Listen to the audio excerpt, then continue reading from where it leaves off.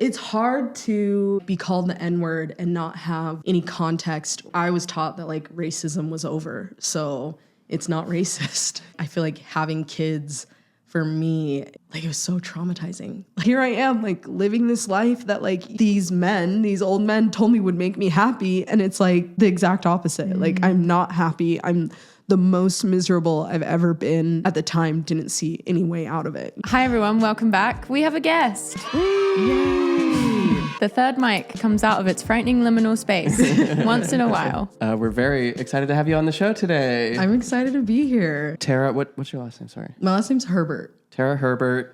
Your handle on TikTok is Tara M. Herbert. Fellow ex-Mormon. Yes, ex-Mormon now. Content creator. Yeah, I guess I like never have categorized myself as like a content creator because I'm like, it's like such a small level. But yeah, definitely love talking shit in church. You have come to the right place. My husband said he would join us if we needed a priesthood holder to preside. It is always good to have a priest. Yeah. And Tana, your priest is a I'm bit not gonna shaky. I thought it could be helpful so we could have the spirit here, but I just feel safer. yeah, And like, me too. I don't know if his priesthood's intact though, because he does drink a beer every single night. So beer But is you can make a case for that. What do they call it? A mild barley drink in the Word of okay. Wisdom. Just to give like a little taste of what people can expect, what do you think are like the themes we'll be talking about today that come up with your story? Like, you tell me. You invited me here. I definitely think like adoption, motherhood, and like womanhood just in general. Yeah. And of course, ex-Mormonism. And they're all connected since you were adopted Yes. through LDS Family Services, correct? Yeah. In 1994, adopted through LDS. I think at the time it was called Social Services. And were you adopted as a newborn? Yeah. So at the time, most adoptions were like pre-birth match, meaning that you bought the baby before it was born. And so my parents had already been matched with my biological parents. And so a couple weeks after I was born is when they came to pick me up. Wow. That phrase, the babies, are bought. Yeah. Not one that's usually used in LDS Family Services. I'm sure that's not in their brochure. Yeah. Like, I buy think your baby. people want to use like language like around like placed or this, but like the reality of it is like a lot of adoption is similar to human trafficking. And like if people could start changing their minds about how they view it, because I don't think that the way we do adoption right now is healthy and child focused. And so I like to just use the actual terminology like bought. That's what you are buying a child. Like that's just what it is. What do you know about the circumstances, if you feel comfortable sharing, that like led to your bio parents placing you? Yeah, so I still have an older brother. So they already had one child together. My father was bipolar. So he was, medicated and unmedicated off and on. And he ended up getting accused of first-degree murder. He ended up being acquitted, though, so yeah. But during the time, my biological mom was pregnant. Lisa is her name, and she felt like she was going to have to do this all alone because he was going to go to jail, and she was going to be a single mom of 2 kids. And she hadn't had a college education or anything yet. So, but she was not like young. Like I know a lot of people think like it's like 16 and pregnant, but she was like 24 years old when she got pregnant, which is like our stories, mine and my birth mom's stories are just like so similar of like how young we were and like not having a college education. So she just thought it would be better to place me for adoption because they also didn't think, well, they weren't together long term. So until I met them in 2017, my biological mom had not even spoken to like my biological father's side of the family since they had broken up. Did they break up during the murder trial? Yeah. Okay. And they were kind of on again, off again, on again, off again. I think he was a little bit, because of the bipolar, it makes you do a lot of things that you probably wouldn't necessarily do if you were in the right mind. And I think that could be really hard to like live with somebody who is like that up and down and won't medicate themselves. And were they Mormon? They were not. So they're still Catholic. My biological father has passed away. I never got to meet him because he passed away in 2013 before I ever found my family. And so they were Catholic in Louisiana. So I'm not sure if you guys are familiar, but like Louisiana was like French, a lot of French and Creole. And so, yeah, they are Catholic. So going way back, you get adopted by a Mormon family in South Jordan. Yeah. Growing up, how was that like broached by your adoptive parents? How did they explain that to you? What were your like early perceptions of that experience? And then how did that change with time? Oh, and can I also, they were a white family? Yeah. Okay. Yeah, my parents are both white. So they had already had other adoptions before me. So my older brother, who is Korean, is in between their 3 biological children that they had. And then I had my sister, my older sister, right above me was also adopted through LDS Family Services. And then it was me. And then I also have a younger brother that was adopted.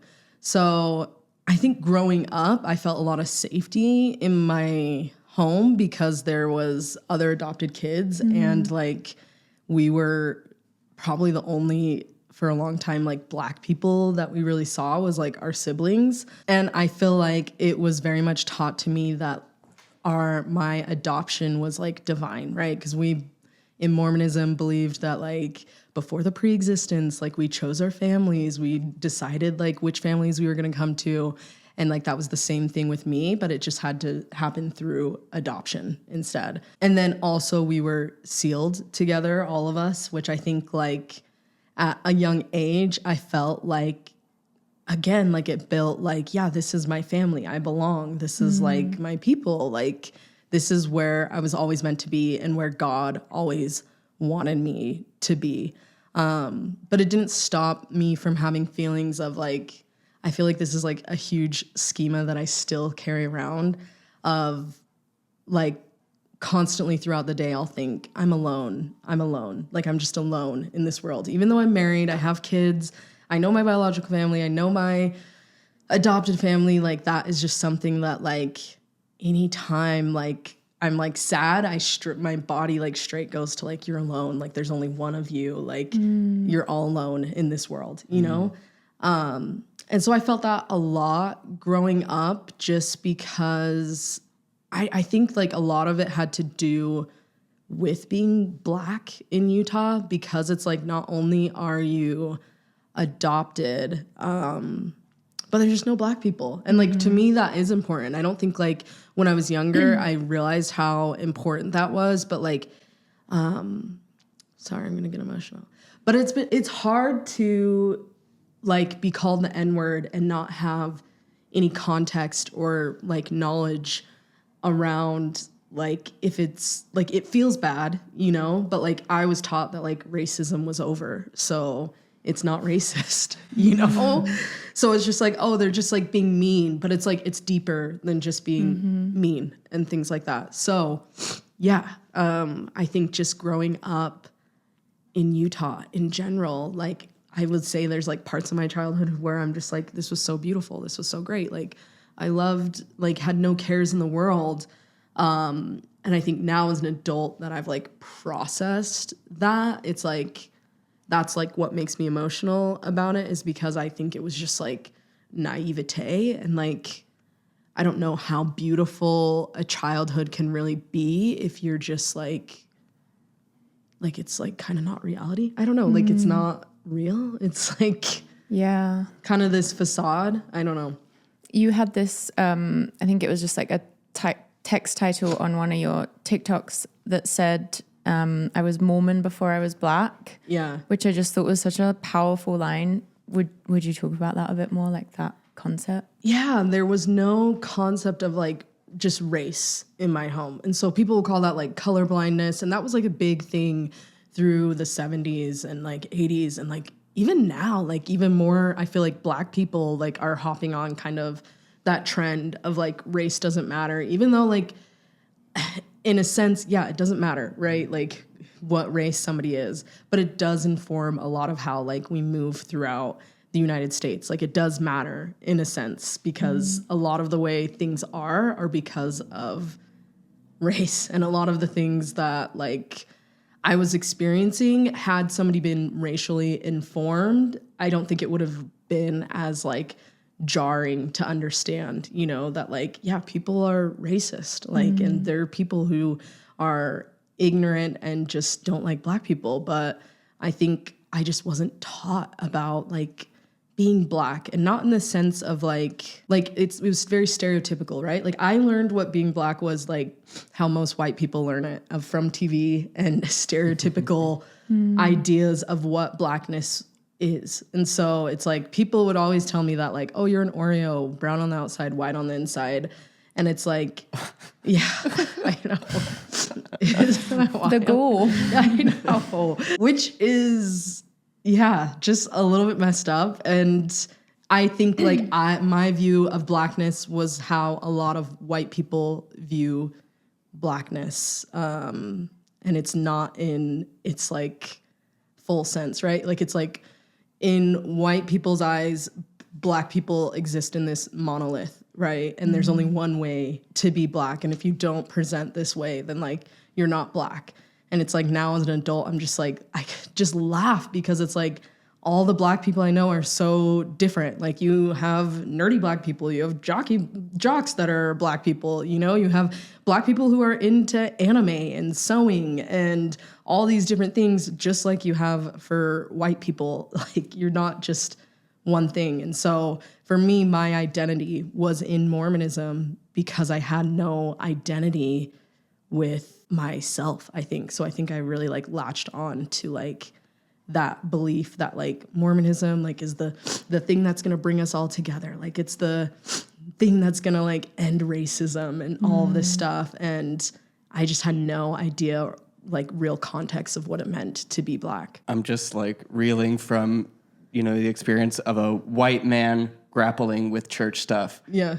Add in the racial factor, add in the adoption factor. That must have just Add been... in being a woman. Add in, yeah. Yeah. Must have been such a mind melter, like such a mind fuck. Yeah. Of trying to figure that all out. Yeah, I feel like it still sometimes is. Like I think for me, like I think just in any high demand religion, it requires a disconnect from yourself to really like dive in. And I think like adoptees are like perfect, what would you call, victims or whatever for it, because we've disconnected from such a young age, right? Like there is a part of me that when I was separated from my mother had to disconnect what normal felt like when it comes to like maternal bonding and things like that. And so I already felt very disconnected to myself a lot growing up. Like I always had just like anger issues. Like my family would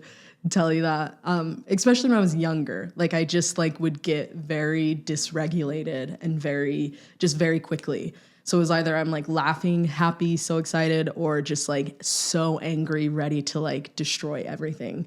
So up and down. And I do think that part of that could just be naturally who I am, but the other part of it could be that dysregulation from not having maternal bonding happening, you know, and not being able to like get your sense of like, just like your place in the world feels so awkward sometimes. But I'd always like made it feel like, oh, like this is where I'm supposed to be. Like Mormonism, like I felt like I probably dissociated a lot as a child and was always daydreaming and stuff, but I always just thought that like I was a spiritual person.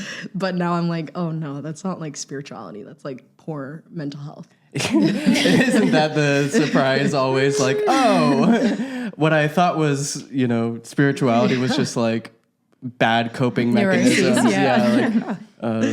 What did you ever feel, and this question, I have seen it in other people who have been adopted into religious families, and I love the way that you on TikTok have talked about like the origins of adoption being based in religion, and some of the history there, and especially in Mormonism where there's like a doctrine of adoption and very distinct doctrines about race and adoption that they try to keep hush hush, right? Like, but did you ever feel like guilty, like, oh, I was given this gift by this family and the way that I'm feeling doesn't like match up, or I have to like prove myself, or I don't know. Was there any of that? Yeah, all the time. I would say it's probably not even until like a couple of years ago that I no longer felt that guilt. And like, I think even doing like the Mormon Stories podcast was when I was like, I'm not gonna like feel this shame and guilt anymore. Like, I don't owe anybody anything.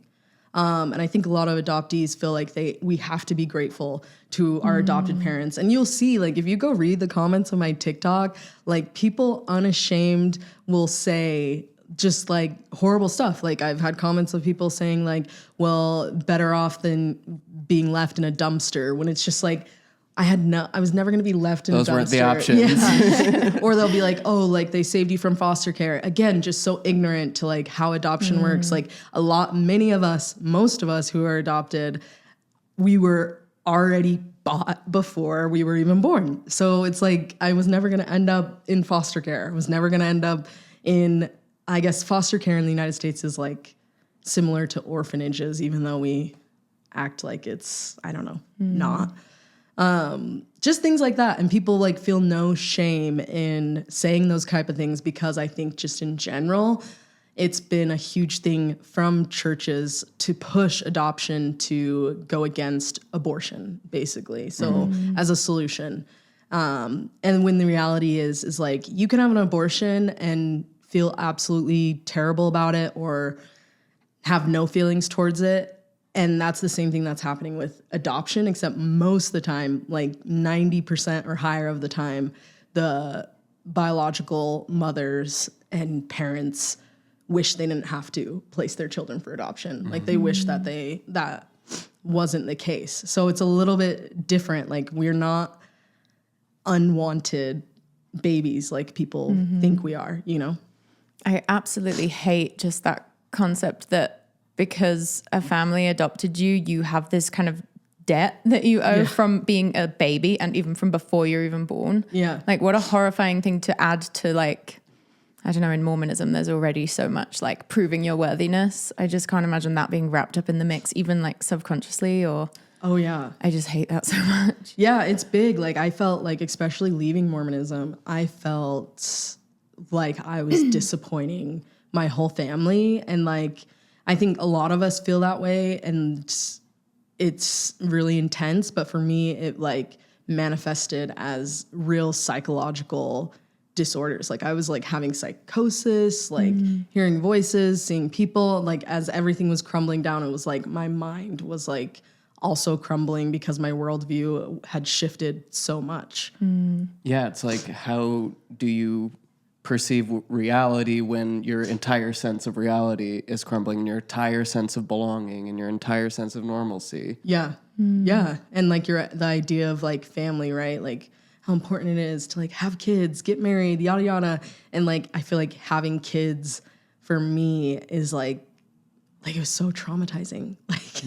Like it was so traumatizing to have my first son. And like, that was like the first biological family member I'd ever met. And it was just like, yeah, it was an incredibly traumatizing moment. Like it was hard for me to connect to him. It was hard for me to like, I don't even know how to describe it. Like it felt like an out of body experience. Like I did not feel like he was like my child for a long time. Like I felt like the babysitter almost to my own biological child. And it just also felt weird in the sense of Mormonism, because after having a kid, I just kind of was like, I don't know, like my first pregnancy, it wasn't like hard, but I didn't enjoy it. Like I've never enjoyed being pregnant. And it just like kind of dawned on me of like, why have I been listening to men tell me what it's like to create life when I've done it? Like you have no idea the context around what it is like to create a human being. And yet you're telling me what it's like. And also to have pregnancies that you're like, I don't love being pregnant. And then that's like our eternal life is just like more babies. Yeah. So it sounds like your upbringing in Mormonism was kind of a mixed bag. Like you were experiencing some of like the negative consequences of the fact that you're in that system, but then also some of the doctrines were like bringing you comfort and like that sense of belonging. Did you just, on the whole, would you say that you like enjoyed being Mormon throughout your childhood? Or I guess how would you describe that? And then how did that sort of evolve in adolescence? Yeah, I think throughout my childhood, yeah, I would say that I liked being Mormon as a young child. I think that's the only context I had. And I think as a teenager, that was when, like, adolescence was when it was hard for me to be Mormon, because I felt like I had a lot of friends that were not Mormon, and I had friends who are Mormon, but like they're doing things that you're technically not supposed to do as Mormons. And I just like, I loved it. Like I loved like going to house parties. I loved smoking weed. I loved making out with boys and like all of that. And it was like hard for me to stay in those parameters. Like it felt like so restrictive. And so my parents didn't know about it, but like that's what I was doing. Like I was pretending to be this great person at church and like, you know, the My Maids leader and all of this. Oh, yeah. Meanwhile, also like having just gotten drunk and a hangover at church that morning, you know? Been there. Yeah. So you're feeling this departure from Mormonism in your teens, but didn't you go on a mission? I did. Yeah. Oh. I did go on a mission. How'd that come about? Because I felt so guilty. Like I felt like at the time I was like dating this guy who like was a teenage boy, like, but also he was like a teenage boy who's going to go play probably in the NFL. So yeah. And I just was like, this, you know, you're so wrapped up in that of like, oh, I like this person so much. And like, we're meant to be. And like, obviously a big part of that was because he was a good athlete, not because he was a great person. And so I felt like one New Year's, actually, we had gotten in a fight and we were driving to my house and I was like in the shortest little dress and like heels, and he pulled over and was like, get out. And I had to like walk 4 blocks Oh my God. in the snow home. What? Yeah. And so I felt like that was like, I was like, this is like God telling me that like, because it was just so bad, right? I was like, this is like what happens when you date kids who are like not Mormon enough. Like I had like my 2 separate friend groups, my ones who were like super ultra Mormon and who were always like, I wouldn't even know like why you would want to drink. Like I can't even understand that. And then I could imagine maybe. just all, I don't know, they were so good. And I was like, really, you've never even thought about it? Okay. Wow. Okay. Meanwhile, I'm like hotboxing in gym class, like all the time. And so, yeah, I felt like that night I was crying and I was like, okay, I need to like return to Jesus. And like, even though I was partying, I never stopped like reading my scriptures every single day. I would read my scriptures. I kind of stopped going to seminary just because it was boring, but I still ended up graduating. But I decided to go to my bishop and like repent after that incident with that boyfriend. I don't even know if you could call us a boyfriend, girlfriend. You know how it's like, especially in Utah, it's like, yeah, we were like also seeing other people. So I don't know. Yeah. And so I was like, I need to like repent of all this stuff. And I'm like going to go on a mission because this is what God wants me to do. And at the time, like a year before, somebody had mentioned that they might lower the age for sister missionaries. And I had like written in my journal that like, if they lower the age, like I'll go on a mission. And so I did. I was like, I'm going to go, I guess, because they lowered the age. And I made that promise to God that I would go if they lowered it. But I had no desire ever to be like a sister missionary. Like I saw sister missionaries and I just would like feel so bad for them. One, mainly because of the outfits. Like, oh my God. I just, it's rough out there in those clogs and like, oh my God, it is bad. And I don't feel like it's like even gotten that much better. Like people will be like, oh, it's like improved. Yeah. And so that was like my big thing because I was very much like more into fashion and stuff. And then I was like, well, this is like what God wants me to do. And like, at least for me, my spiritual, like when God was talking to me, it was always the opposite of like what I wanted. And so it was like the right thing to do is this, even though I like don't want to do this. Like that would be part of how you'd make decisions. Like if you felt like you wanted one thing, you'd be like, well, then this is the opposite thing. So that must be the godly way. Yeah. Because it's like, oh, I want this really bad. And like God would want me to do the hard thing, not the easy thing. I find that that's like such a prevalent thing with ex-Mormons, just like that idea that simply because you want something, it must be the wrong thing. Yeah.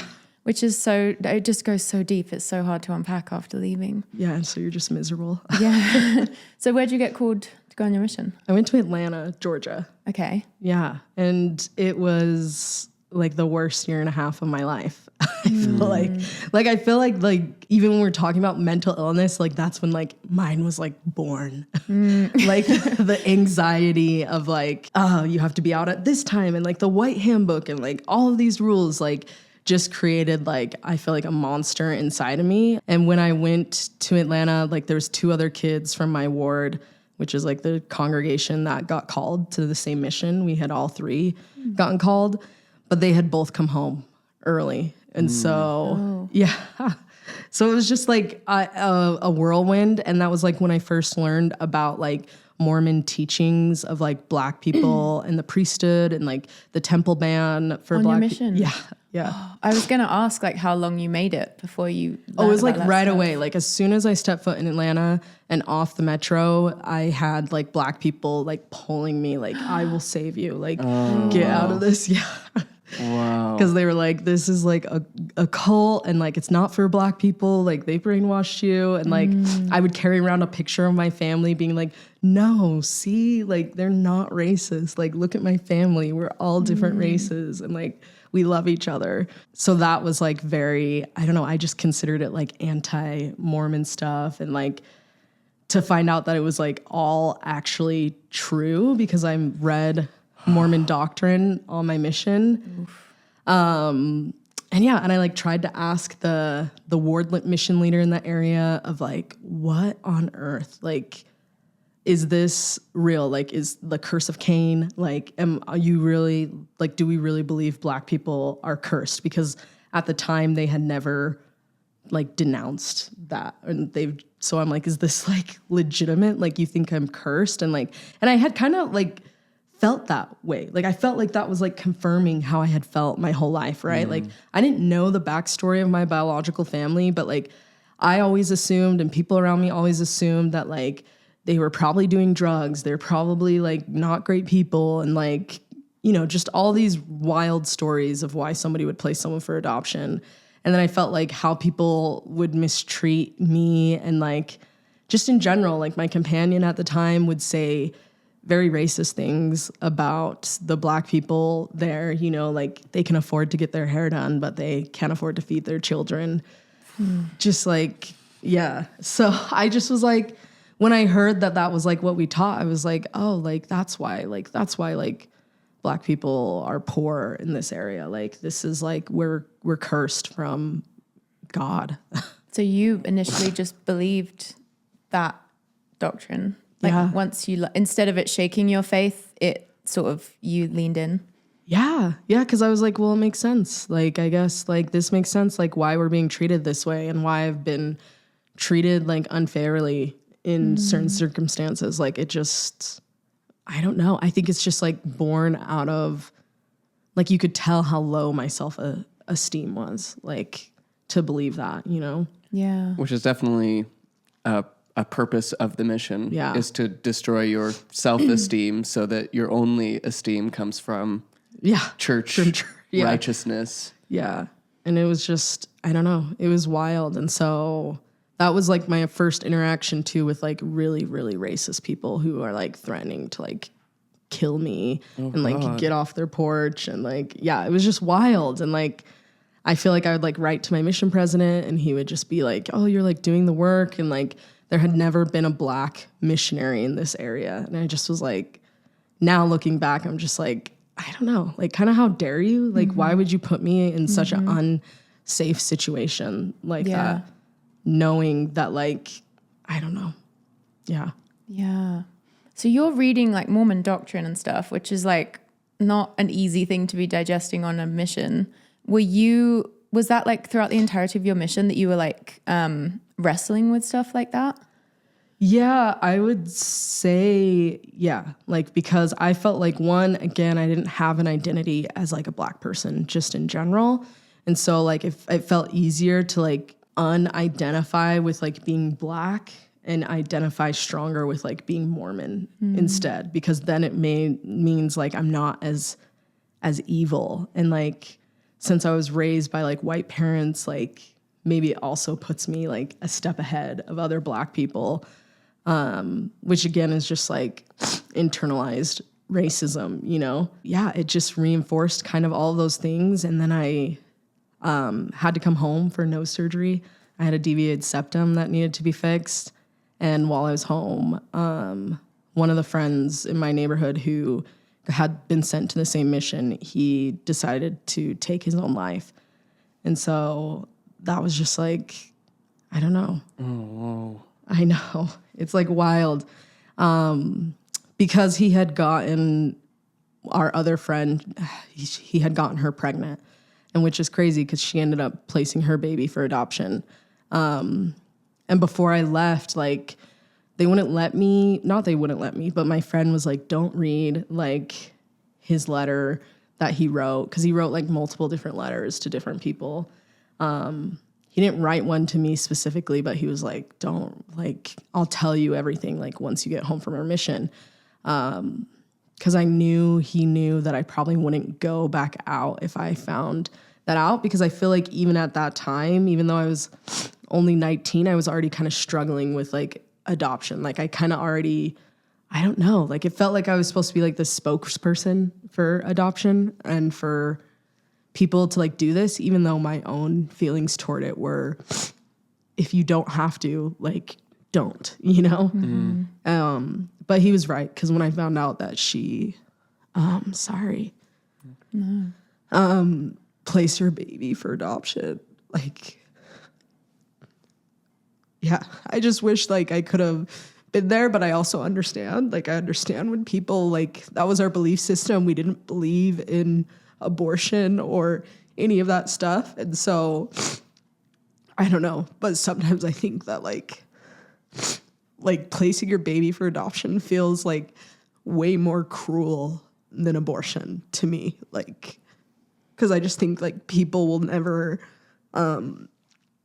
understand what it feels like to have that feeling of sense of like never belonging, you know? And like, it's like, is this going to stick with me like my whole life? This sense of like not fitting in and then becoming a stranger to my own biological family. Like, it's just a weird situation, you know?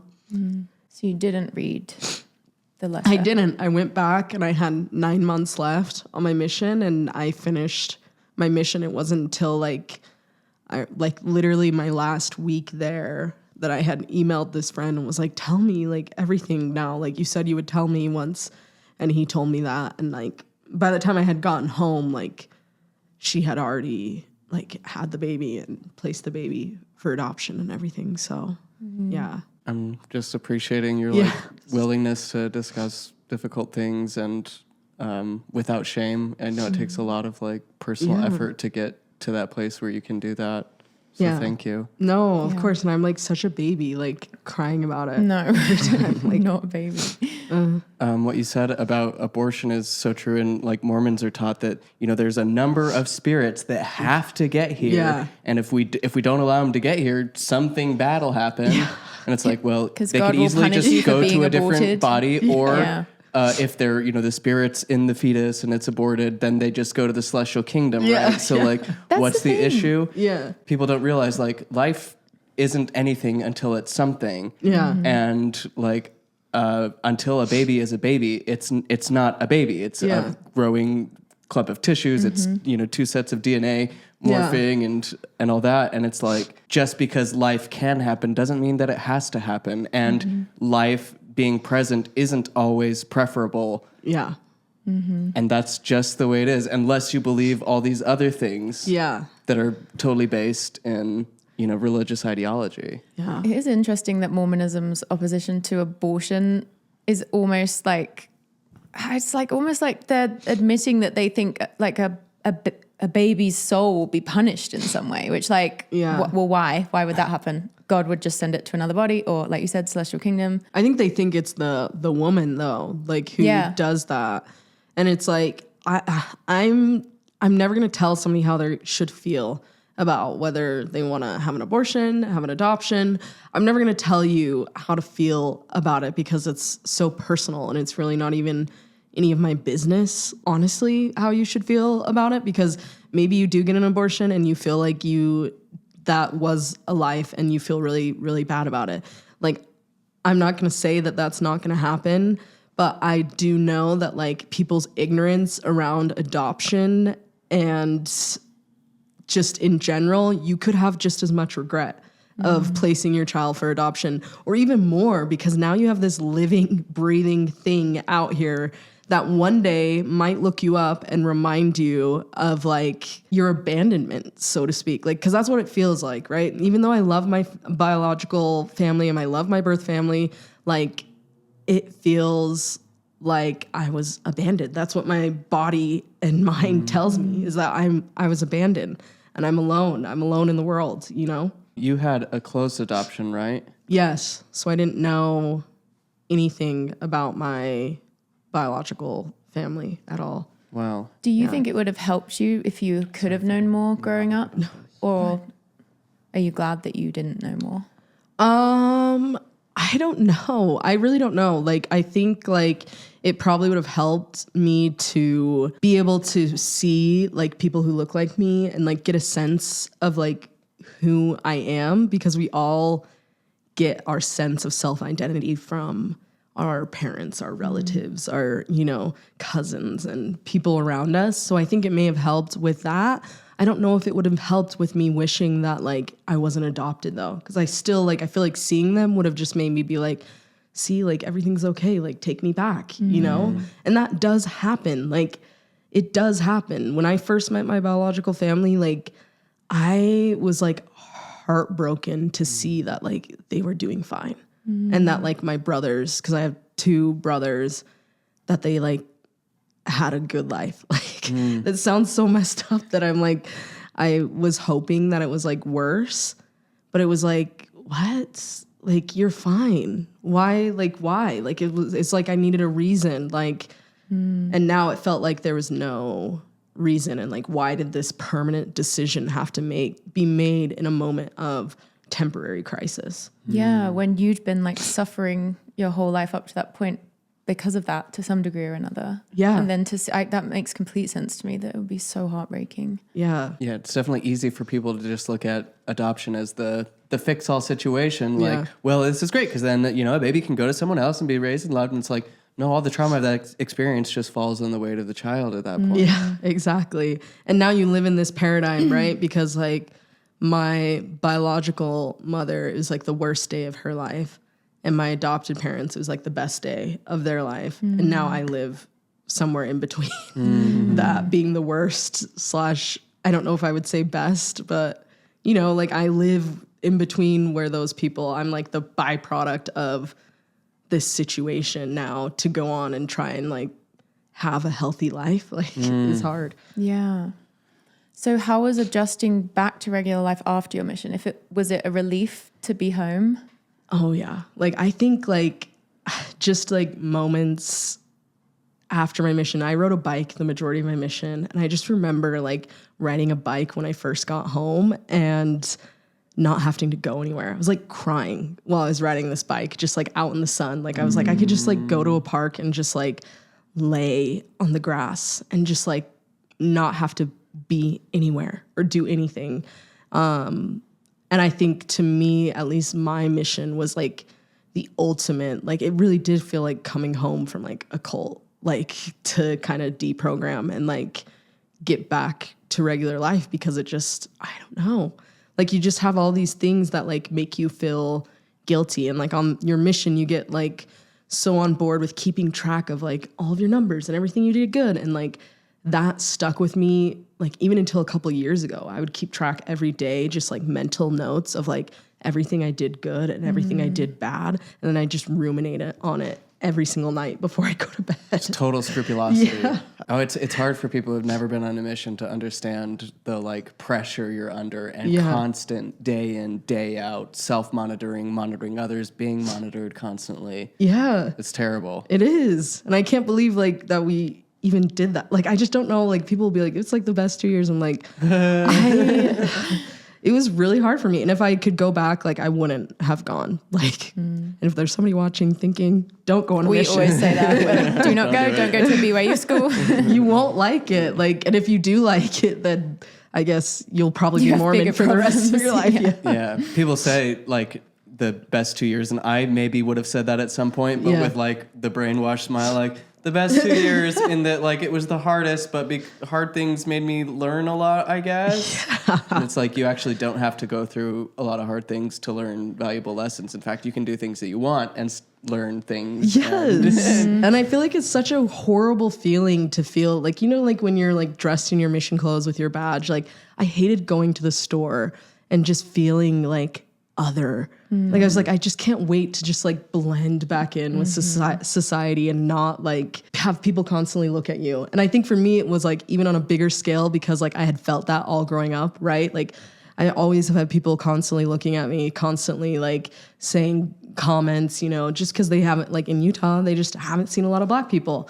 And so to feel that on like an extra scale just made me like, I just like want to disappear. Get me out of here. Yeah, that part of a mission would destroy me. Yeah. Just being perceived so intensely. Because if I see missionaries in the grocery store, I do look at them. Yeah. Sister missionaries maybe especially. Yeah, because they look awful. Yeah. God awful. So sad. Like I left my mission. I've never been a 3X in my life. And I was wearing 3X by the end of my mission and everything. Oh, like clothing size? Clothing size, yeah. Just to for modesty? Yeah, and to cover, because like our mission president's wife would be like, it's too tight. It's not cute enough. It's not this enough. Like you guys aren't wearing enough makeup. You're wearing too much makeup.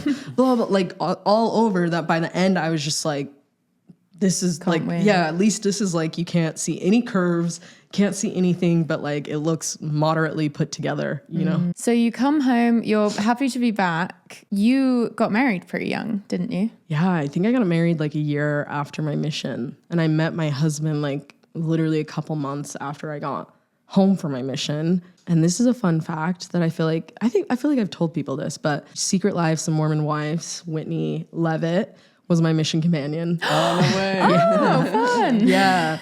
So, and we're still like best friends to this day. But okay, I've been such a Whitney apologist, and I felt like I've been on my own in that. But Tana was a little bit as well. I've only seen one episode. He's only seen one episode. But the comment section was, people, I don't like that. She just took on such an insane villain arc, and I was like, I'm not fully buying it. Well, and also like, I don't know, after the show, it's like, what was so horrible that what did she do? That was thank so you. Horrible. But that's just me because I love her. But she introduced me to my husband because they went to high school together and I was living with her at the time. So wow, small Mormon world. I know, very small. Yeah, so I owe my marriage to her. And her mom, who told me at the time I was like obsessed with this elder for my mission and he was like such a jerk, and her mom's like, he's like the worst. Don't get married to him. You'll hate your life. And she was probably most likely right. So, so you met through Whitney. Yeah. Funny. Love you, girl. Shout out Whitney Levitt. And then got married. Yes. In the temple. We didn't because we had been sleeping with each other before. I know. Before our marriage. Yeah. So we I feel like ours was like a shotgun wedding, except I wasn't pregnant. That's so Mormon. Literally, it's like you've broken the law and we're gonna kill you unless you get married. That's why the shotgun's here. Exactly, because they were like threatening like to excommunicate him and like, God. Yeah. I love how it was just him too. They're like, you're not important enough, but he's a priesthood holder, so we will excommunicate. Even though you're endowed. Yeah, I was endowed at the time, unfortunately. And how awkward is that to like take your garments off? So gross. Yeah, but I feel like the point where we had to like pull the shotgun, I guess, was when his mom like caught us. How awkward is that? My mother-in-law. I'm so sorry. But it's fine. I'm still married to him, and we still have a great relationship. And I feel like it was just made more awkward just by Mormonism in general. Oh, yeah. Like I think anyone else would have just like ignored, but like no, they had to like have a Call a full council. Yeah. And like I could hear them in the base, like I was in the basement, they're upstairs, and like they're like talking to each other. I was like, this is like the worst day of my life. I can't even imagine the horror. I can't even believe we still got married after that. Like I was like, I don't think I could ever come over here again. How much did you sort of wrestle with shame around that time, like as you were getting married? At first, originally, like I felt no shame. Like my husband and I, we only knew each other like 2 weeks before we started sleeping with each other. But I felt like this was like my person. Like we just connected on so many levels that I was like, oh my gosh, this is like so incredible. And I told my husband that at the time. I was like, I don't feel like ashamed by this. Like I don't feel bad about this. Like I feel like it was like kismet, like meant to be, you know? Yeah. But then when he felt very, very bad, which is wild because at the time he wasn't even active, like Mormon. He had come home from his mission and just like stopped going to church just because he also had a very bad mission experience and just was like, this is all just like a bunch of malarkey, you know? But he felt so bad because I had always been like, I want to get married in the temple. Like, I have to get married in the temple. Like, that's my dream, is to get married in the temple. And so he was like, he went and confessed. And I felt like I needed to go and confess. And that's when I started feeling bad, is because then you have to like continually meet with the bishop over and over again. And it's just like, you're reminded of like feeling that you should feel bad. And then I felt bad that I didn't feel bad. And then even after we got married, we still like, the bishop was like, I don't know, should you guys take the sacrament? I'm like, I'm married now. I did what you said. I'm a married woman. Yeah. I'm like, I did exactly what you said. What are you talking about? Like, I shouldn't still be punished for this. Yeah. You just don't seem ashamed enough. Yeah. We really, really need you to feel We really want to bad. set your marriage up for success. And it doesn't. Like, I feel like it just made sex weird after that, because it was like, now I feel like every time after, it's like I can't even come without feeling deep shame afterward that I'm like a whore. And I'm like, this is like wild. Like, I did not feel this way before. And like to have that still lasting into our marriage for like a little while. I do love hearing that originally you weren't feeling shame. I feel like that's kind of lucky. You don't hear that much, especially as a return missionary. And I know, and maybe I would have, but I think I had already had so many experiences before my mission of doing things that I technically wasn't supposed to do. And like even then, it was hard for me. I think I felt shame because I was like doing it in secrecy, right? Instead of like just being open about who I am. But I think when I met my husband, I was just like, yeah, this is like what I was waiting for. Like, and at the time I was 21. My husband was 24 years old. So I don't know. we have a catology on the set. Yeah, I'm old enough to make my own decision. But yeah. And then you have your parents who are like, I don't know, how awkward is it that your parents, you're 21 and they're like talking to you about not having sex yet? Like, what? Yeah. That's weird. My nightmare. My parents aren't even Mormon. They're not even. But if just anything related to sex and my parents interacting in any way, it's a horrifying thought. It's so awkward. So you get married. The sex stuff is made weird through Mormonism, but you love your husband. You found your person. Then what happens? And then we find out like 3 months after we're married that I was pregnant with our first kid. Okay. And so and I feel like even at that time, it was so hard to be pregnant because I did not want to have a kid. Like I was like almost wishing like for maybe something would happen that it would be like a miscarriage or something, because I felt like so young. And at the time I was in hair school because I don't know, my parents didn't really push me to like go to college or like really be anything outside a wife and mother. And so, but I feel like I had finally found something that I like loved doing and enjoyed doing and had like a career plan of like what I wanted to do with this. And like, so I felt like it was like throwing a wrench in all of that, but that I should be happy because it's like, that's why we're here, right? Like that's the next step, is like multiply and replenish the earth. Were you the type of Mormon that thought birth control was bad?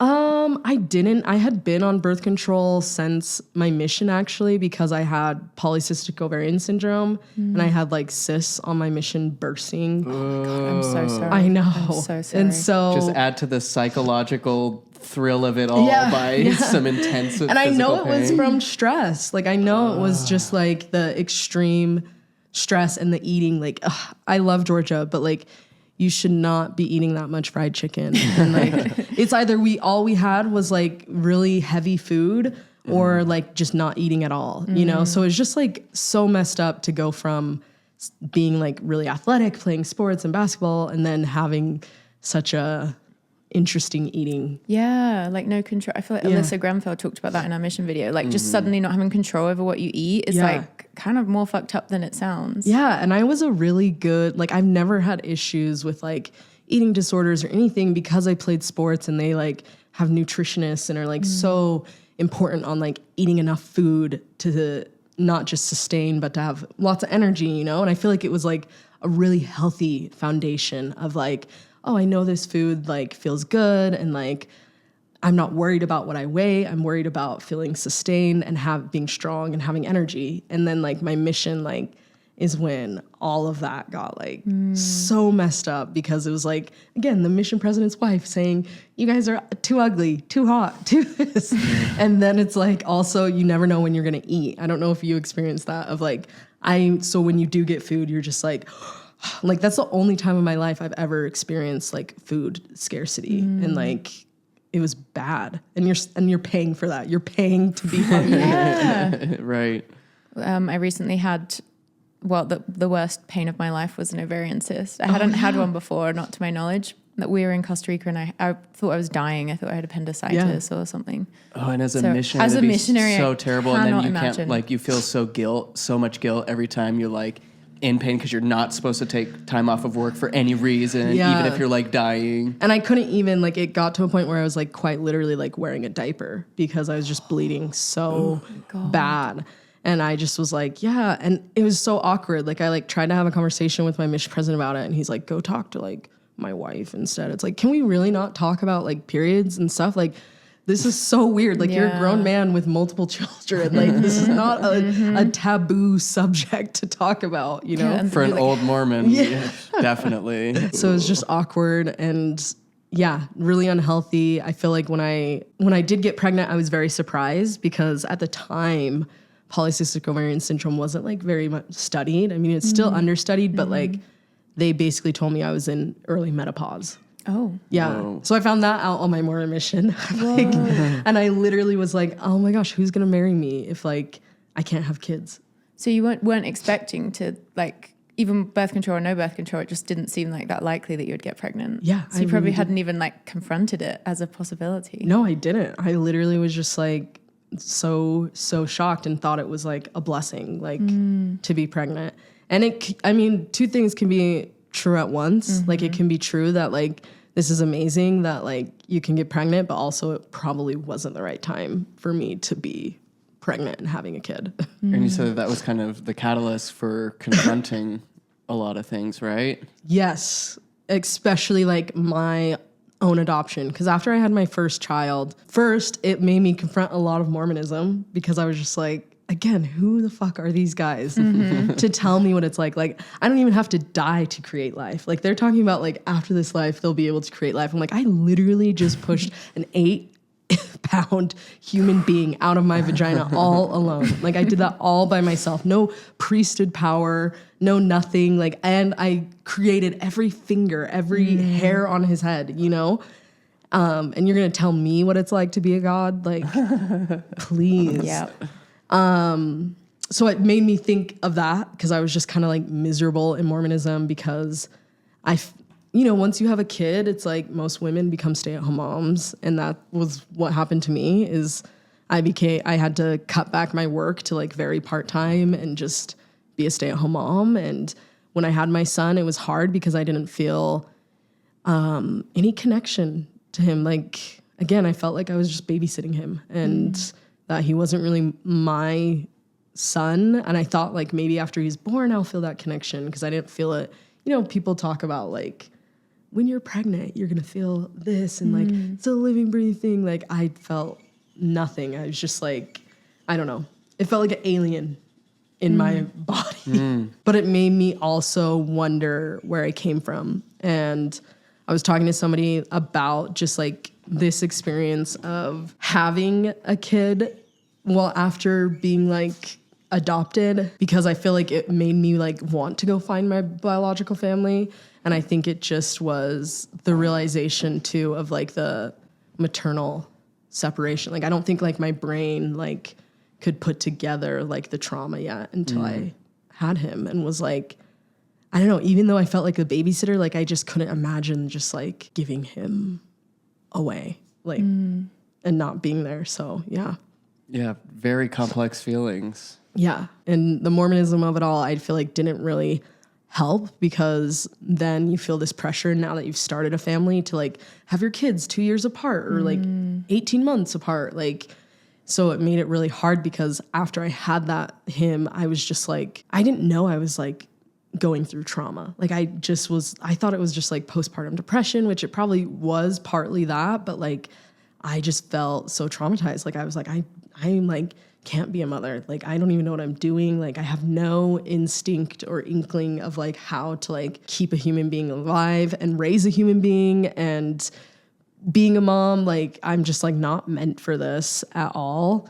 So it did the opposite. Like, I didn't want to have more kids after him. And I felt after I had him, I just like really got thrown into like that Mormon wife, mom role that I don't know. Like I resented it. I still resent that time of my life of like just giving up everything for a man. Yeah, because you were still in your girlhood. I mean, you'd been on a mission like not that long ago. I know. And suddenly you're expected to like take on this mother-wife role, but you're still like a kid in so many ways. I know. Hadn't even got the chance to like reckon with your own stuff and like learn to take care of your own inner child. And then suddenly here's a life. Yeah. Full on human being. And I felt like Mormon, like 21, 22 is like real world, like 16. Right. Yeah. Like I was so naive just to like how everything works. And it's so hard when like you're only given this one blueprint, right? Like I talked to so many birth moms and people who are like, especially like who have placed their children with LDS Family Services years ago. They're like, I just never knew that like I could be a single mom. Like, isn't that wild? Like to not even have it like in your radar because you've never like seen a single mom and like how they've done it. And certainly never heard about it in like a good context. Yeah. It's always like the struggling single mother without priesthood influence in the home. Yeah. Yeah. And I'm just like, wow, like how different would it have been if they would have just felt empowered to like be a single parent and do it? Like, I don't know. And it's now interesting to see them with their kids who are like, who they do have open adoptions with. And I'm like, I wonder what they'll say when they're like an adult and have processed this. Because are they going to say like, you have money, you're doing fine. Like, why did you place me for adoption? Like a lot of these like Mormon families, it's like they have money and they could help their daughter or, you know, son to raise this child and keep the child in the family, but it's against what we're taught. So they instead break up a family. That's essentially what you're doing, is breaking up a family and creating, you know, generational trauma. Yeah. Sort of just so that the family doesn't have to feel shame about this Like you thing did that's the been good done outside of the... Or like, deal with any kind of unconventional situation, because that just like ruins the whole like Yeah. And it's sad. It's like, wow, you gave up like your living, breathing human being that you created. And a lot of these women, it's like they're pressured by their parents, which is like wild. Like it's just like a blind spot. Like that's just like one of those things when it comes to Mormonism that I'm like, gives you so many blinders to like what good, like I don't really believe in like good and evil, but like when you think of like logically a decision, it's like, man, like that's kind of fucked up. And just fucked up how much like Mormonism plays into like people having no like awareness about contraception. So it's like it's creating a problem that wouldn't even exist in a lot of cases if we just didn't have this fucked up like purity culture. That's so true. Yeah. It's so infuriating. Okay, so you're struggling with being this like a mother to a newborn. How's that playing into like what's happening in terms of like your relationship to Mormonism?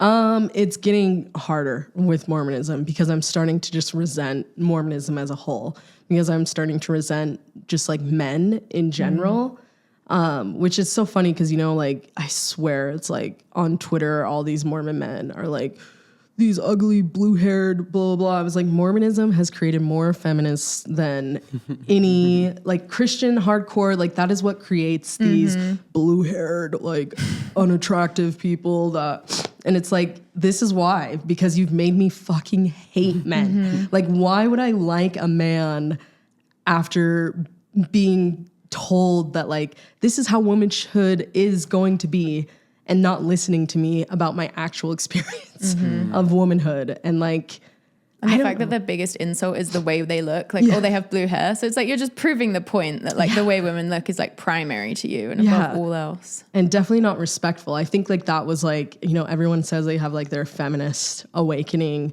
And I feel like, at least growing up in Mormonism, feminism was something I just really didn't have a concept around because it was just demonized.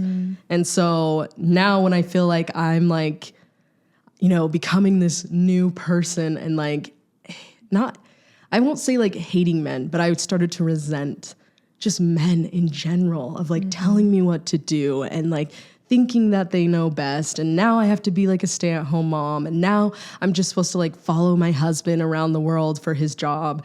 And like the place that puts you in, right? Because then you hear these arguments of like stay-at-home moms versus working moms, in which there should be no issue with that. But the issue is, if you're a stay-at-home mom, then you have no access to capital and livelihood, and it's just like irresponsible, right? Like it's so, and I kept being like woken up to this, right? Because I'd be like, oh, we need to buy a new car.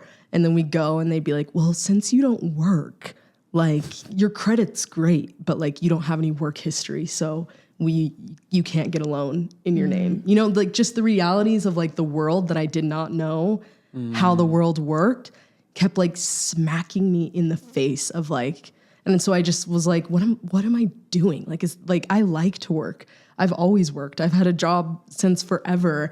And like, now I'm putting myself in this position to be 100% dependent on someone. And, you know, now it's 2024, but at the time, like 2018, like the economy was already not amazing, you know, like it's starting to go downhill. You need two-parent incomes and households. And it's like, I don't know, just that reality. Like I felt like very much my upbringing had brainwashed me to the reality of like, it doesn't even matter if you're a stay-at-home mom or a working mom. Like, here's just the facts about it. Like, you're screwed in so many different ways if you don't have at least some like work, I don't know, or degree or something. And such a classic like Mormon woman experience to, you're already a mother when you're realizing all this stuff. Life is slapping you in the face with reality, and you already are in charge of another being's life as you're learning that.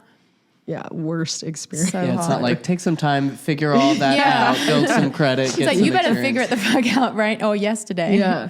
And then you feel just like extra, I don't know, like I never went to college, but it's like I paid for my husband's college. You know, like I was working and like it felt like, oh, I'm valuable to like get you to your end goal. But then as soon as like you are where you need to be, like now I have to take like the back seat, you know, to all of this. And it's like, no longer are we a partnership, like working towards a goal together, but it's like, I'm just doing everything like, I don't know, not for myself, I guess, like just everything for like this person's expectations, this person's like wants and needs. To prop up a man in the world. Like there's that idea under patriarchy that you are this team and you each take on different roles.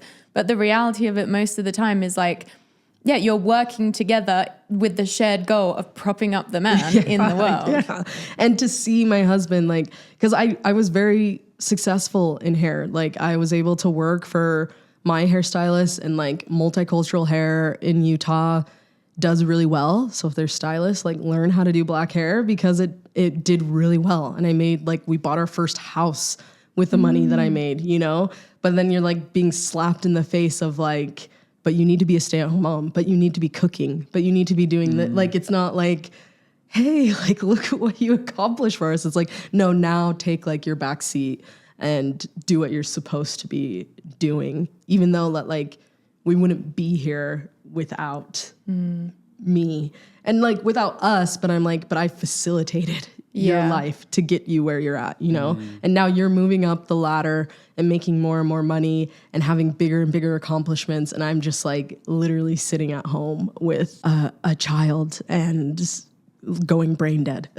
Yeah, I've heard that a lot from Numa, like that feeling of being brain dead at home, because you're not getting the inputs that you like deserve to be getting. Yeah. Because you are kind of being siphoned away. So then what happens? Like you're feeling all this resentment. Are you thinking maybe Mormonism isn't true, or? I, at the time, wasn't thinking that it wasn't true. I was thinking that there was something wrong with me, not something wrong with Mormonism. Classic. So I felt like it was just, so my husband got a job offer and he would be making like as much as both of our incomes together if we moved to Pocatello, Idaho. And so what a thought experiment. Devil's deal. Yeah. And so like that's the plan though, right? And then I could be a full-time stay-at-home mom, not just like working part-time. Like then we could like really be living like the righteous path if we did this. In the hokey pokey. Yeah. And presumably like you'd be even more cut off moving to Pocatello than your current life. I guess like, so my dad grew up in Idaho, and so I did have like a lot of cousins, and we were only like Pocatello's only like 2 hours from my parents were in Ogden. Okay. So I wasn't like isolated. And then I also had friends who had moved there after high school as well to Idaho. I just did not want to live in Idaho. Like Why not?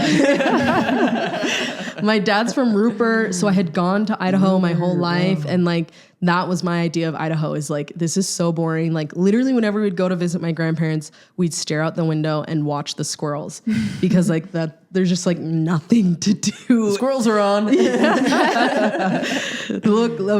them fighting over that nut. Like, so that was like my perception of Idaho, was just like farmland and like a slower pace of life. And I felt like growing up in South Jordan at the time, it was kind of like a slower pace of life. Like it was considered like kind of like country out in South Jordan because there's a lot of open land at the time. Now it's like fully developed.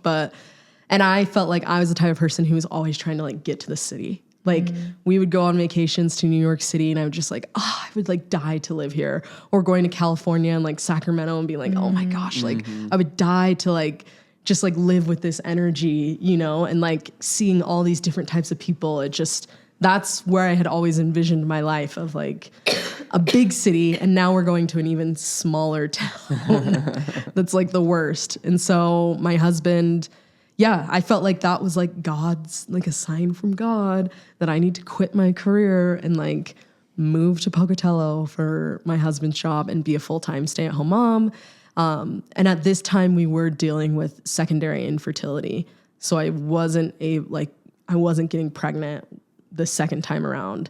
And so I felt like, okay, like then we'll have time to like go to all the doctor's appointments and do all these things to get pregnant, even though I didn't want to have another child. I was going to ask, Were you just feeling obligated? Yes. That's just what you do, right? Yeah. I felt absolutely 100% obligated. Like I would have been fine with the only child. My husband's an only child though. And so he was like, I don't want us to have an only child. Like, I feel like it's just not going to be good for them if we just have one kid. Like, we at least need two. So that I like felt like I sympathized with. And I honestly thought that we would probably have like 3 or 4 kids, just because, again, we were Mormon. And it's like, even if I didn't want to have kids, like, you're going to have kids. 4 kids, a tiny Mormon family. Yeah. And so we bought this house, and I remember when we bought that house, so our first house was like a small townhome, and I loved it. Like I had so much pride in it. And I think it's just because when you work for something, it's like, wow, you did this. But when we moved to Idaho, we were able to get like so our townhome was like 1,500 square feet, and this house was like 3,400 square feet. Oh, wow. And I remember like it's supposed to be like happy, right? But I'm like just so angry at my husband that like he can do this, and I'm just like along for the ride. I don't know. Even though it's like, this is a beautiful house, like here you are, and I'm like, yeah, beautiful house, and like we just bought my prison, like because it's like in the middle of nowhere too, Pocatello. God. And you had that mindset at the time, like you could feel that like prison vibe. Oh yeah. Yeah. I was like trying to be like positive about it. But then I also like had to start fertility treatments and taking medication and all of that stuff. And I was like, why am I like not happy? Like this is what we wanted, right? You want the house, you want the cars. We were able to have money to do things, but it's like, I don't know. Like I was just home all day. Like, and not that I don't love my son, but like now that I've experienced like putting my kids in daycare and them like learning and growing, like I'm not a teacher. Like I am probably the last person on earth that you would want to teach your kids. Cause I just like, I don't know. Like my son had speech development problems, and that was like so hard. Cause I'm just like, I don't know. I don't know how to help a freaking kid speak. And you're like 23 when you're trying to have your second kid? Or like when you moved to Idaho? I was 23, 24. Yeah, so young to be like in a massive house, one kid already doing fertility treatment. Yeah. Like when you're so young. I know. And my son's like not talking properly. And I'm thinking like, I'm sure like even to this day I feel guilty because I was like, yeah, like did we really talk? Like, because people will be like, oh yeah, like talk to your kids. And like, I feel like me and him just like stared at each other all day. Like, I like, what am I supposed to say to him? Like, I feel like we talked, but like, what do you talk about with like a 2-year-old? Like, yeah. Read any good books lately? which I think is just the type of parent I am, right? Because now that my kids are older, like some people say you're just like I wasn't a baby parent. Like my kids now, like I need the conversation. I love having conversations with my kids. Like I love like being able to talk things out and like speak with them. So like, I just think it was really hard to be like, how do you like get this kid from point A to point B and teach them how to talk when they're having such struggles speaking?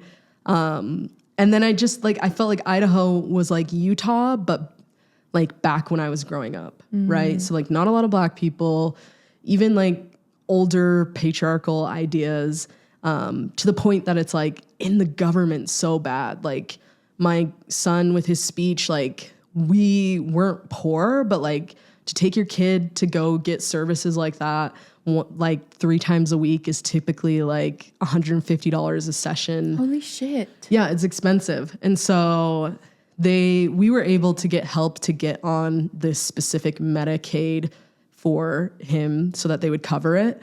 But we like couldn't make more money or else they like kick you off, you know? And then we're like, but we can't pay for it if we don't have help. So fucked up. So fucked up because like if a family can't afford it, then like a child just doesn't get to develop speech properly. Yeah. Like that's the mindset of government is just insane. Yeah. And so they were doing a thing to like expand it, right? Somebody had a bill that they wanted to put forward to expand these services to people within like our income and even a little bit further, which I was like, this is great. Like our son could go even more and get even more help that he needs. And the senator who like was one of them that denied the bill because your kids it's like they go to preschool, right? At really young. Like my son was like 3 years old riding a bus to preschool and stuff to get help for half the day.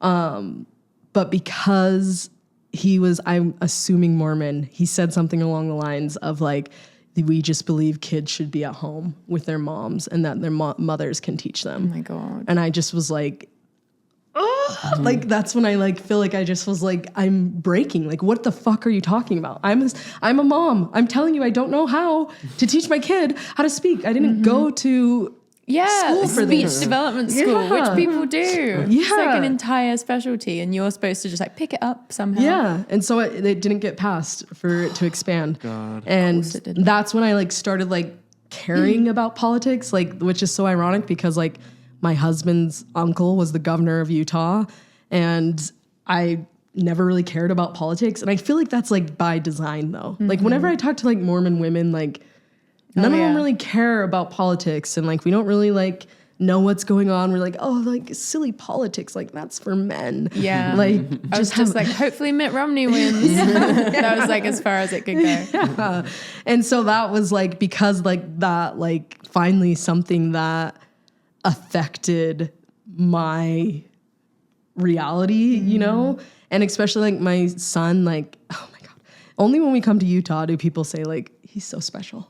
And it's like, I just wouldn't be surprised if he's like gay or something, you know, like he just his personality, like, and I feel like I saw that from a young age, of his personality just being so like whimsical and like he loves mermaids and dolphins and like maybe he's not, right? But I'm like, I have to like as a parent be open to the possibility that anything could happen, you know?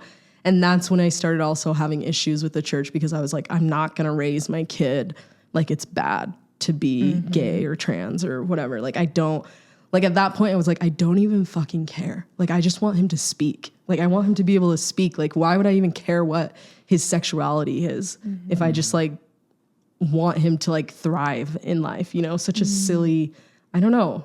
It was like the way I was raised was starting to break down because all of the things that my parents cared about, I didn't care about as a parent. Like, I don't care if my kid is like necessarily obedient. Like, Yeah. because I feel like it's important for them to push boundaries and find themselves, you know? So I just was like, my values and how I want to do life is no longer like aligning with the church's values and how they're like instructing us to be parents, you know? So at what point did it crumble?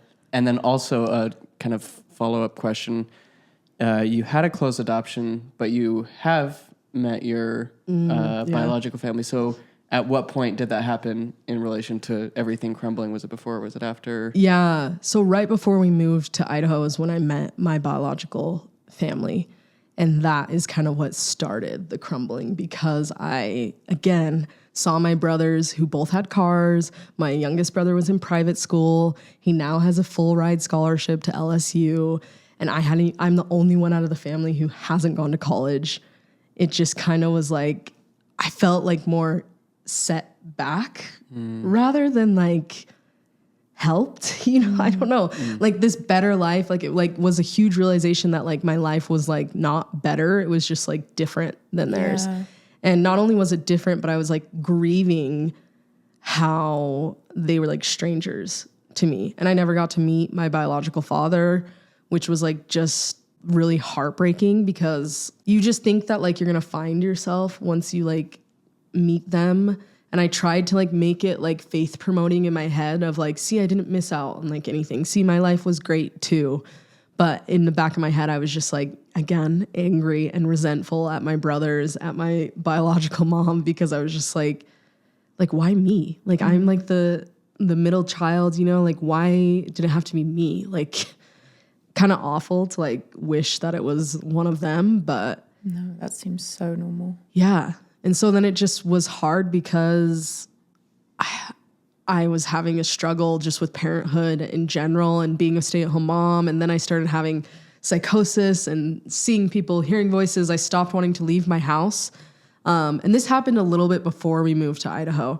And I think it just was, I don't know. I think it was just my body like finally reacting and breaking down just like everything I had felt throughout the years of, I don't know, of just like this reality coming crashing down and like my body just like feeling it. Like I stopped being able to like go to the store because I just had like so much anxiety and like, I stopped being able to like take my kid. I didn't like to take my son out with me because I was afraid somebody was going to steal him. Like, I don't know, just like weird things going on. I stopped sleeping at night because I kept thinking I heard people in our basement like plotting to take my son. So I'd like go and check on my son all night long because I would just hear these voices. I stopped wanting to go to like the park with him because I was like, anybody could just like take him. And I don't know. So it just really blew up with like a mental health issue. And originally when I was in Utah, I tried going to LDS Family Service because I didn't have money at the time to go to a therapist. So our bishop sent me to LDS Family Services. And it was just like, that was my first experience with therapy. And it was like awful. It was so awful because it was just like, it wasn't even therapy. It was just like, are you reading your scriptures? Are you going to church? Are you this? And it's like, yeah, I'm doing that. But like, also I'm so fucking anxious that like, I'm like on 10 all day. Like I can't sleep. I can't like, I'm not eating. I'm not like no questions like that were asked of like, how's your diet? How's your sleep? How's your this? Even though they did like a PHQ9, I think it is, or the GAD9 or whatever you do like a assessment. The only reason I know that is because I work in mental health now, but like I did that assessment, but it's like they never For like, nothing. yeah, it's like, why did I fill this out? I think they were just checking if you were suicidal or not, basically. Cause I like, none of it was like, now what I know about mental health, I'm just like, how are they even like, how's this legal? Well, I know it's legal because it's in Utah and they're it's letting it religion. slide. Yeah. Cause I'm just like, this is the worst. And I'm sure people have been helped. So if you have been helped, then nothing against it. But it's just like when somebody's coming to you with a serious issue. And when I did get to a point of like planning to end my life, like that was my first, like I feel like they failed, right? Like it's there in a therapist code to do no harm. And they absolutely did more harm by not getting me the proper help, by not suggesting medication, by not like having an actual therapy session. And it made it progress till when I was in Idaho having full psychosis and like ready to unalive myself, you know? But then I found I was pregnant with my second kid. And that's like, Holy shit. I know. The fertility treatments worked. Oh my God. Yeah. So that's the only thing that stopped me from it was because I was like, okay, well, like maybe I'll try therapy one more time.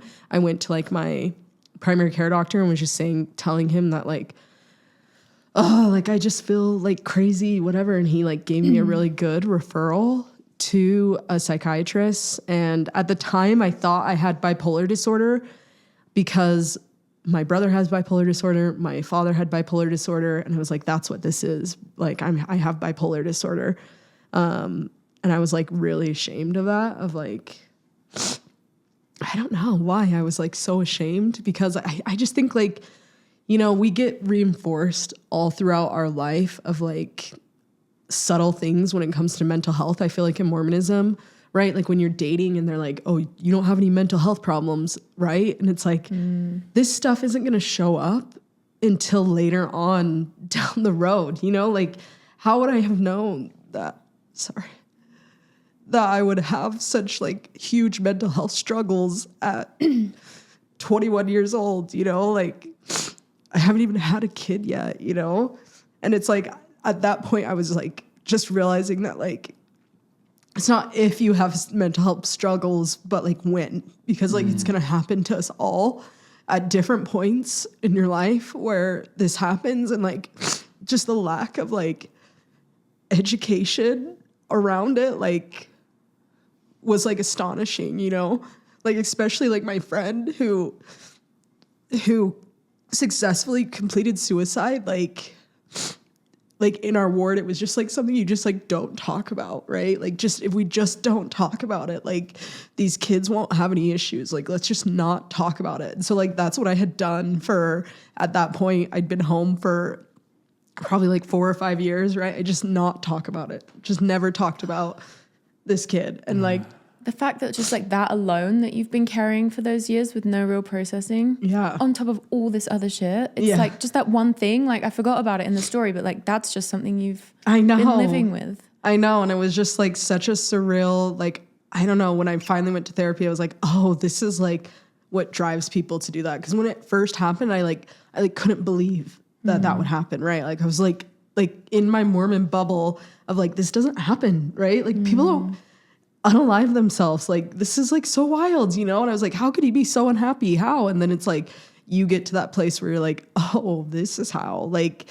you're just so miserable and quite literally like going crazy. Like for me, Mormonism was like crazy making. Yeah, like, me too. Yeah.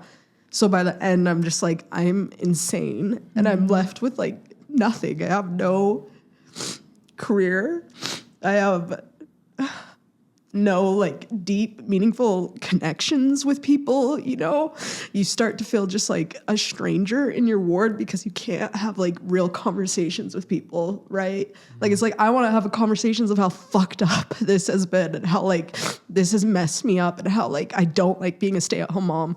But instead I'm like in these mom groups where all they can talk about is like what their husbands do for work. And I'm just like, this is like making it worse. Like, I don't want to talk about my husband. Like, you start not having a life outside of, at least for me, Mormonism and being a wife and mother. Like, that was like my only life. Like, this is it. Like, and I kept thinking like, I'm so young. Like, I should be at the club. Yeah.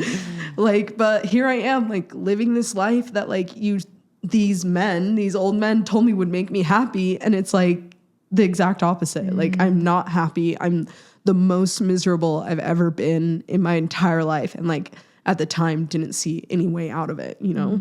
So you're pregnant. That's kind of renewed your determination to stay alive. How was that pregnancy? It was really good, actually, because I was pregnant during COVID. I kind of loved that, like, I didn't have to see anyone. I don't know. I just like could just like deal with it on my own and not feel like all these expectations or hear everyone's like opinions about it. And I could just like go to therapy and like talk to my therapist and psychiatrist about like what's going on, you know?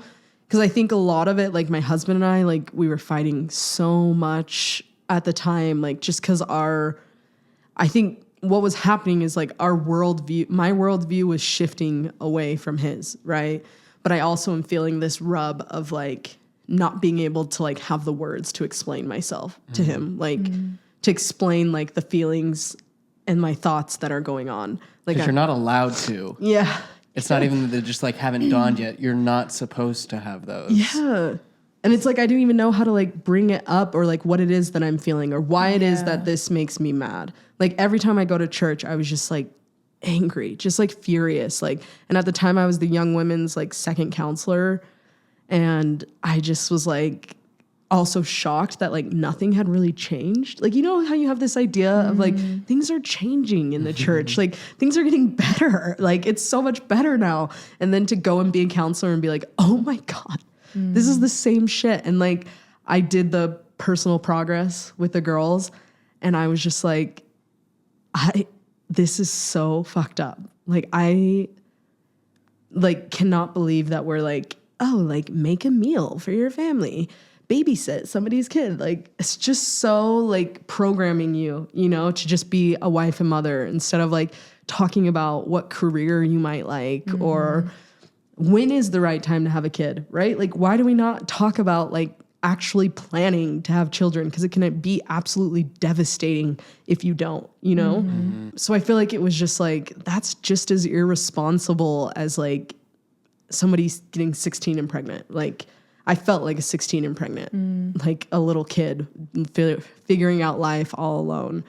And so after, like, while I was pregnant is when I left Mormonism because my therapist at the time suggested taking a break. And like, it had never occurred to me that like Mormonism might be the reason that I was like experiencing these feelings, you know? Cause I always just assumed like, oh, it's bipolar. Like I have predisposition to bipolar disorder. That's what I assumed it was.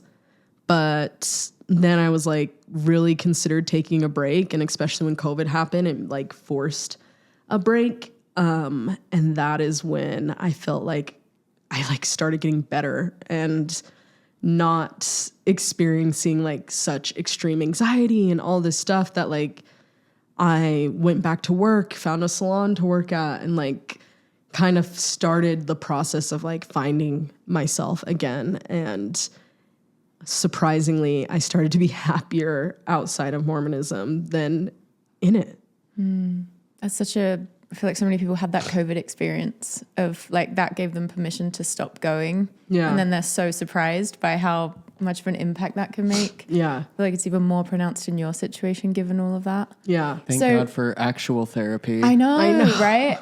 The blessing to have been in Idaho and had a therapist that would like even say that to you. Yeah. Thank God. Yeah. So you were feeling happier. Were you also wrestling? Like, was the anger? I feel like it's so complicated going from like, I believe in this thing to like, I don't believe in this thing. Yeah. Was that still in process as you were getting happier?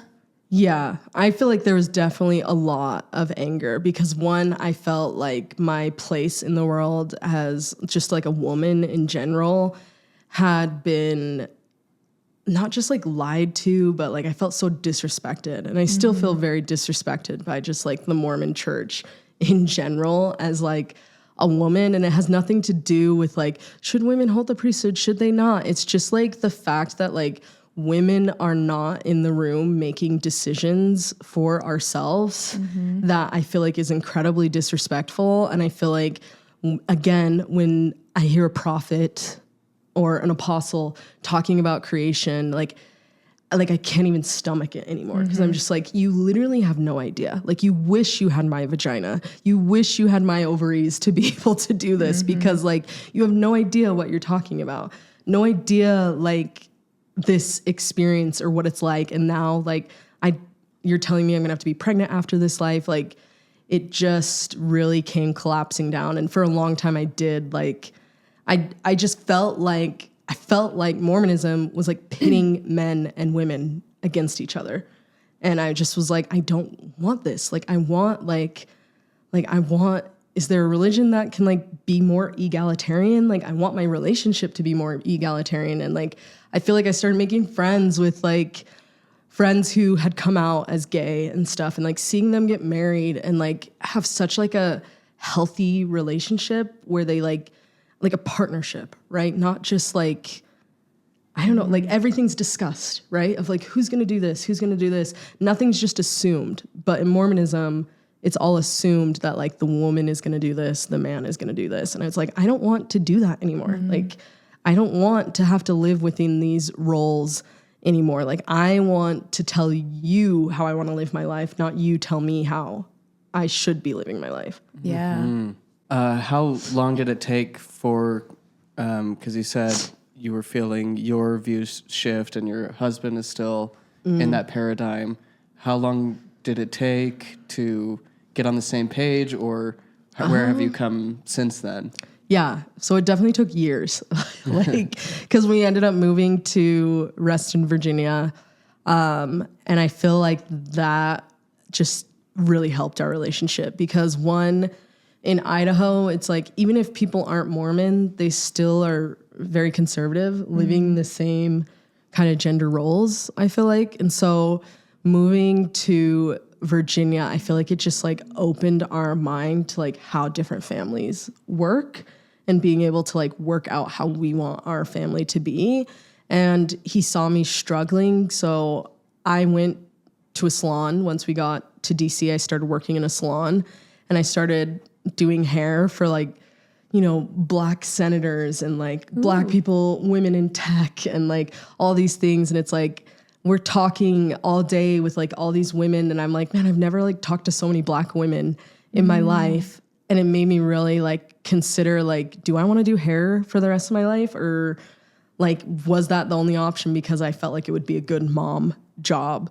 And so I started like transitioning out of doing hair and trying to like get like a corporate job. And I feel like that like struggle and like him seeing like my reality of like, because I don't have a degree, because I don't have like a complete work history, because I've like been a stay-at-home mom, like this is how like women are treated and like just dirt, you know, in corporate world, like you're just like, you're not, no, we won't hire you. No, we won't hire you. So I'm like literally doing jobs. I was like a front desk receptionist and like working my way up in this plastic surgeon's office to like get on the sales team. And then, so I feel like him seeing that struggle and him seeing like me being able to voice my reality and like what's going on is what kind of started to shape our marriage in a different direction. Because at the time we were just very much the Mormon, like the man has a job, he provides, yada, yada. And like, he does all of this, but like at the time his job wasn't making enough money for us to like survive in Virginia. And so now it's like, I think he just putting our kids in daycare and seeing how much they progressed and like how much that helped us to like have support. Yeah. It just like changed his views on like how we were raised in general. Yeah. Just the actual lived difference. Yeah. Was eye-opening. And I think it's like, you know, they say that like the biggest factor for how your kids will turn out is maternal mental health. And I think like that's what was happening is my mental health was getting so much better that like our lives and our kids were just like getting better, you know, like it just had like a ripple effect of just like everyone kind of getting healthier and better.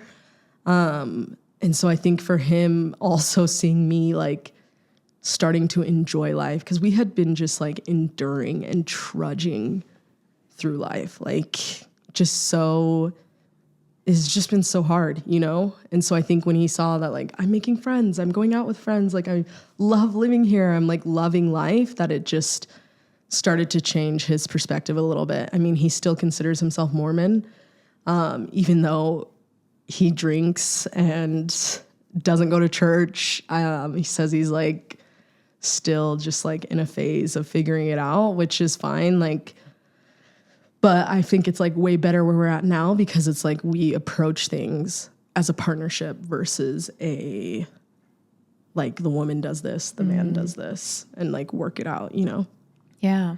Do you feel like therapy was a big factor in you like learning how to talk to him about what you were feeling? Yes, because I think therapy is where I found like the words to process like what was going on, right? Because like anytime I try and be like I'm having these issues, I'm feeling so many emotions, I'm feeling just so much despair, which what it was grief. And I didn't know that's what it was. I didn't know I was grieving my adoption, right? Like he would be like, you had a great life. Like, what are you talking about? Like you came from a middle-class family. Like, what's wrong? Like you've had such a great life. And so then it's like when I could actually go to therapy and be like, have somebody validate that like, hey, this is kind of hard. Like, this is kind of surreal. Like to like, especially a non-Mormon talking about Mormonism. Like, I'm like, okay, first let's talk about Mormonism. Then let's talk about my adoption. Then let's talk about Mormon missions. Then let's talk like she just was like, holy cow. Like, this is like so much to unravel, you know, that I think that like validating me and being able to validate myself and be like, yes, I have perspective. I know my life is not as bad as people in Palestine, you know, like I get that. I understand that my life is not as bad as that. And like, it doesn't mean though that like my struggle has been any less hard for me, you know? And like, yeah, I wouldn't want to switch places with them, but like I can acknowledge their struggle and acknowledge that like, yeah, it was definitely harder than mine, but also have the perspective of like, I've been through hard things too, you know?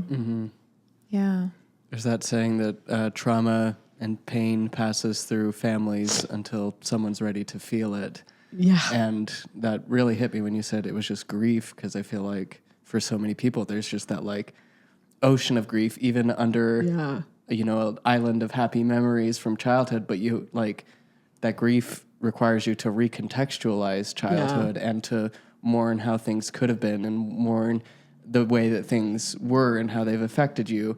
And that like has to be done by somebody. Yeah. And that's probably why I cry so much over it.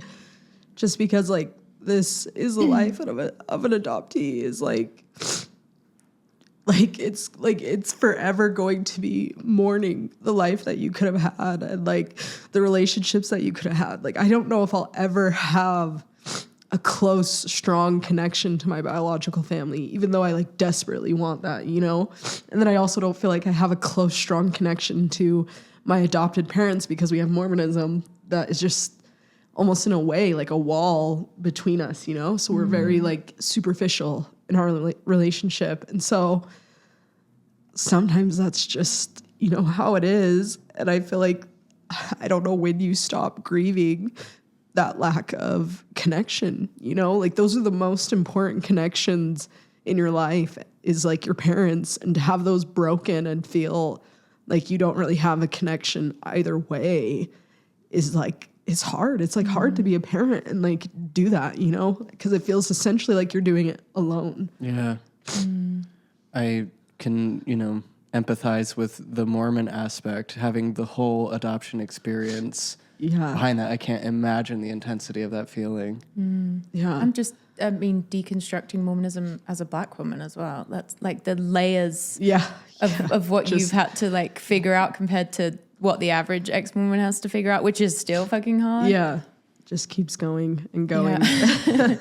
So how do you feel these days? Like, you're obviously like using your voice online, like TikTok is where I found you. Yeah. And I mean, you're amazing at doing that. How's all that come together? How's that feeling?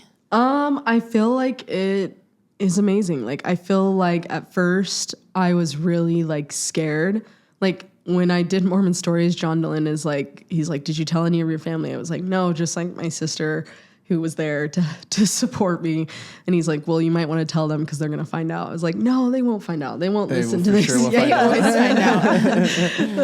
But I kept saying that. I was like, no, not my family, not mine. And then the amount of like uncles, cousins, people who messaged me, I was like, oh my gosh, like I wanted to like crawl into a hole at first because I just was like, I hate, first of all, I just hate crying in general, but I feel like a lot of times, like in podcasts like this, like I can't help but cry. Like I feel like, I don't know, like I hate people crying on the internet so bad. And now I'm like one of those people that cries on the internet. But we love people that cry on the internet. So. Yeah, I don't know what it is, but I think it's just like a level of like wanting to protect myself and not wanting people to see that vulnerability unless I like trust you. But at the same time, it's like, I want this to get better. I want this to be better for other people.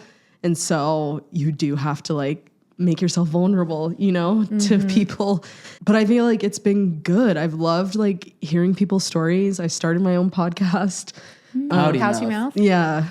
Yeah, because I just felt like more ex-Mormons who are associated with like adoption need to talk about it.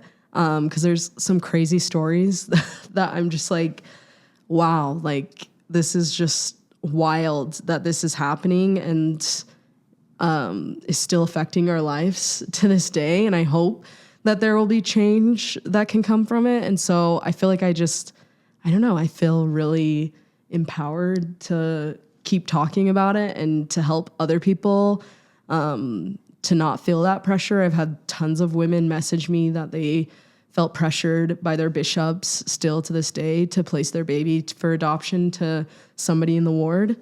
And, you know, just being able to be like, you know what, I can't tell you what to do, but I can tell you that like, that would be a really hard decision. And like, are you in the right mind to be able to make that decision right now before your baby's born? And who the fuck is this guy to be weighing in? Oh my God. Yeah. And I'm just like, can't you wait? Like, I just feel like it's such like pregnancy, having been pregnant is such a vulnerable time. And I think it's gonna like make me cry again. I think it's so fucked up of adoption agencies and of people to go after pregnant women when they are so vulnerable and make them make a life-altering decision.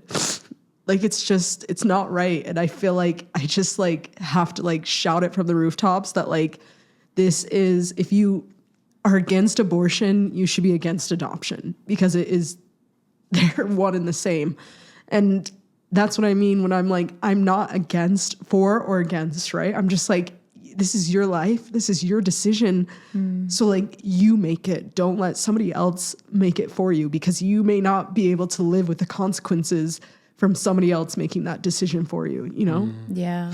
Yeah. Having some random dude with no qualifications just like weighing in on that. And like using your religion, like, which is another spiritual abuse. Yeah. To like make that decision. It's like, if you feel like you need to get an abortion, go get an abortion. Like, go do it. Like, you're okay. Like, if you need to place your kids for adoption, like, I understand. I can't understand like the overwhelming feeling and like what that would be like to have to do that. But like, I'm not going to judge you. I'm not going to judge you for feeling like this is what you need to do. Like, and nobody should be. So like, if people are judging you, then like stop talking to those people because they're not helping you make a decision. They just are doing what they think you should do, right? Pressuring you.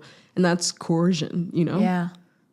Well, I am really glad that you're speaking up about this. Like, it's not, you don't like owe your story to anyone, Yeah. but the fact that you're like giving it is such a gift. And like, yeah, sharing that level of grief, like no wonder you're crying. Like, I can't imagine how you would get through telling a story like that without that level of emotion. And I think people that haven't done that level of deep sharing maybe don't understand just how vulnerable it is and like quite the strength and courage that it takes. So I guess I'm just like grateful for everything that you're doing and excited to see what becomes of it. Thank you. Go subscribe to Pouty Mouth. Yeah, thank you for even bringing me here. And I'm sorry, like, I feel like every time I go on a podcast, I'm just like crying. I'm like, I swear I don't cry this much in real life. Like, and I swear I'm not just like, I don't know. It's so hard because it's such a serious topic. Yeah. And I'm like the most unserious person to like deliver this message. Next time it'll just be entirely on how to do the perfect eyeliner like you've got going on. I've been thinking that, and it hasn't moved from the crying. It's still perfect. I know. It's rare beauty. I love rare beauty. This really has been like the most fascinating interview we've ever done. Oh my God. Just And I 'cause feel I've like never that was talked just to the anyone with this kind of overview. experience. And Yeah. so I really, really appreciate the vulnerability and Yeah. willingness to share. Absolutely. Anytime I will come back. Especially, I was, like I told you, watching your videos really helped me to deconstruct and just like laugh about a time. You know, when you're like sad, but to be able to like laugh and just like, I don't know, like get through it. I feel like that's how you get through a lot of things is just laughter. And you guys do such a good job of that. And I love like just the unhinged moments on here. Like what? I live for when you guys team up with John Dehlin and have him do weird stuff and We still want to slime him. make him feel younger. He loves it. He needs us. Love to have you back on for more. Again, I just feel like we've only been able to do like the overview of your story, and there's probably so I know. many little alleyways that would be so fascinating to hear about. But excited to consume more of your content. Yeah. Next time you're in town, hit us up. Yeah, I know. Yeah, I know. Well, thank you so much. Yeah, Yeah, you. thanks for having me. This is so great. You're such a natural storyteller as well. I feel like my we gosh. barely had to ask anything, and you just it's there. Oh my gosh, just trauma dumping. Happy New Year, everyone. This video will probably go up after the New Year, as it's New Year's Eve right now. But yeah, hope it was a good one. Like and subscribe to Zelf on the Like Show. and subscribe. Yeah. Yeah, and one more time, we got Pouty Mouth, the podcast. What's your Yes. handle again? And then it's Tara M. Herbert. It will all be linked, as will our Patreon. Thank you so much for watching. We'll see you next time. Bye, everyone.